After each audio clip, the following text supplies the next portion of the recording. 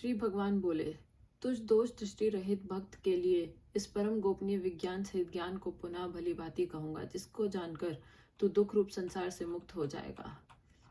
वह विज्ञान सहित ज्ञान सब विद्याओं का राजा, सब गोपनीयों का राजा, अति पवित्र, अति उत्तम, प्रत्यक्ष फल वाला, धर्म युक्त, साधन करने में बड़ा सुगम और अविनाशी है।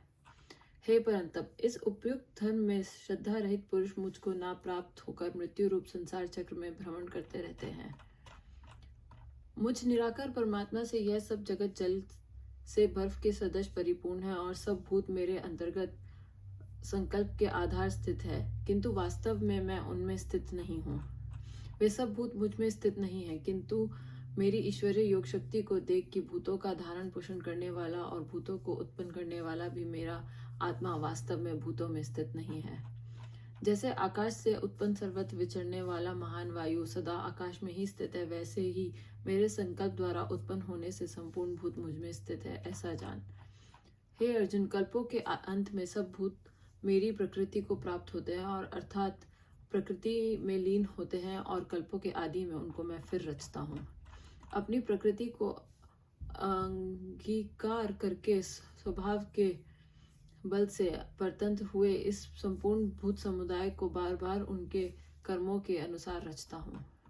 हे अर्जुन, उन कर्मों में आसक्ति रहित और उदासीन के सदृश स्थित मुझ परमात्मा को वे कर्म नहीं बांधते। हे अर्जुन, मुझ अधिष्ठा के सकाश से प्रकृति चराचर सहित सर्व जगत को रचती है और इस हेतु से ही यह संसार चक्र घूम रहा है।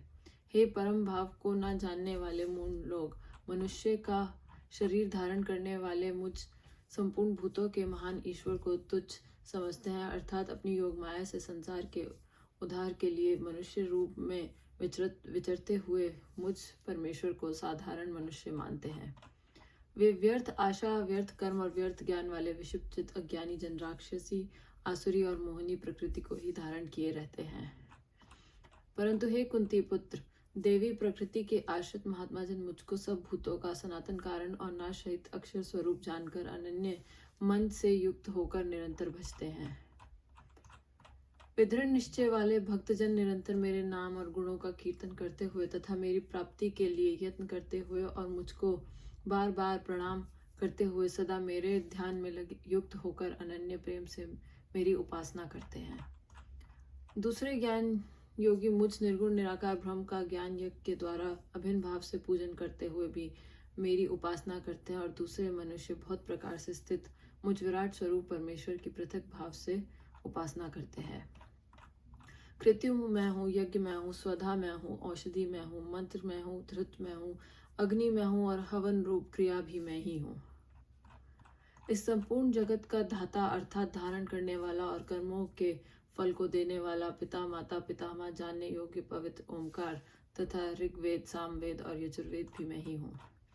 प्राप्त होने योग्य परम धाम भरण पोषण करने वाला, सबका स्वामी, शुभाशुभ का देखने वाला, सबका वास स्थान, शरण लेने योग्य, प्रत्युपकार न चाहकर हित करने वाला, सबकी उत्पत्ति प्रलय का हेतु, स्थिति का आधार, निधान और अविनाशी कारण भी मैं ही हूँ। मैं ही सूर्य रूप से तपता हूँ, वर्षा का आकर्षण करता हूँ और उसे बरसाता हूँ। हे अर्जुन, मैं ही अमृत और मृत्यु हूँ और सत असत भी मैं ही हूँ। तीनों वेदों में विधान किए हुए सकाम कर्मों को करने वाला, सोमरस को पीने वाला, पाप रहित पुरुष मनुष्यों को यज्ञों के द्वारा पूजकर स्वर्ग की प्राप्ति चाहते हैं। वे पुरुष अपने पुण्यों के फल रूप स्वर्ग लोक को प्राप्त होकर स्वर्ग में दिव्य देवताओं के भोगों को भोगते हैं। वे उस विशाल स्वर्ग लोक को भोगकर पुण्यशील होने पर मृत्यु लोक को प्राप्त होते हैं। इस प्रकार स्वर्ग के साधन रूप तीनों वेदों में कहे हुए सकाम कर्म का आश्रय लेने वाले और भोगों की कामना वाले पुरुष बार बार अवागमन को प्राप्त होते हैं, अर्थात पुण्य के प्रभाव से स्वर्ग में जाते हैं और पुण्यशील होने पर मृत्यु लोक में आते हैं। जो अनन्य प्रेमी भक्तजन मुझ परमेश्वर को निरंतर चिंतन करता हुए निष्काम भाव से बसते हैं, उन नित्य निरंतर मेरा चिंतन करने वाले पुरुषों को योगक्षेम में स्वयं प्राप्त कर देता हूँ। हे अर्जुन, यद्यपि श्रद्धा से युक्त जो सकाम भक्त दूसरे देवताओं को पूजते हैं वे भी मुझको ही पूजते हैं, क्योंकि उनका वह पूजन अवधि पूर्वक अर्थात अज्ञान पूर्वक है। क्योंकि संपूर्ण यज्ञों का भोक्ता और स्वामी भी मैं ही हूँ, परंतु वे मुझ परमेश्वर को तत्व से नहीं जानते, इसी से गिरते हैं अर्थात पुनर्जन्म को प्राप्त होते हैं। देवताओं को पूजने वाले देवताओं को प्राप्त होते हैं, पितरों को पूजने वाले पितरों को प्राप्त होते हैं, भूतों को पूजने वाले भूतों को प्राप्त होते हैं, और मेरा पूजन करने वाले भक्त मुझको ही प्राप्त होते हैं। इसलिए मेरे भक्त का पुनर्जन्म नहीं होता। जो कोई भक्त मेरे लिए प्रेम से पत्र पुष्प फल जल आदि अर्पण करता है, उस शुद्ध बुद्धि निष्काम प्रेम ही भक्त का प्रेम पूर्वक अर्पण किया हुआ वह पत्र पुष्प आदि मैं सगुण रूप से प्रकट कर होकर प्रीति सहित खाता हूँ। हे अर्जुन, तू जो कर्म करता है, जो खाता है, जो हवन करता है, जो दान देता है और जो तप करता है, वह सब मेरे अर्पण कर। इस प्रकार जिसमें समस्त कर्म मुझ भगवान के अर्पण होते हैं, ऐसे संन्यास योग से युक्त चित्त वाले तू शुभाशुभ फल रूप कर्म बंधन से मुक्त हो जाएगा और उनसे मुक्त होकर मुझको ही प्राप्त होगा। मैं सब भूतों में समभाव से व्यापक हूँ, ना कोई मेरा अप्रिय है ना प्रिय है, परंतु जो भक्त मुझको प्रेम से भजते हैं वे मुझ में हैं और मैं भी उनमें प्रत्यक्ष प्रकट हूँ। यदि कोई अतिशय दुराचारी भी अनन्य भाव से मेरा भक्त होकर मुझ में भजता है तो वह साधु ही मानने योग्य है, क्योंकि वह यथार्थ निश्चय वाला है, अर्थात उसने भली भांति निश्चय कर लिया है कि परमेश्वर के भजने के समान अन्य कुछ भी नहीं है।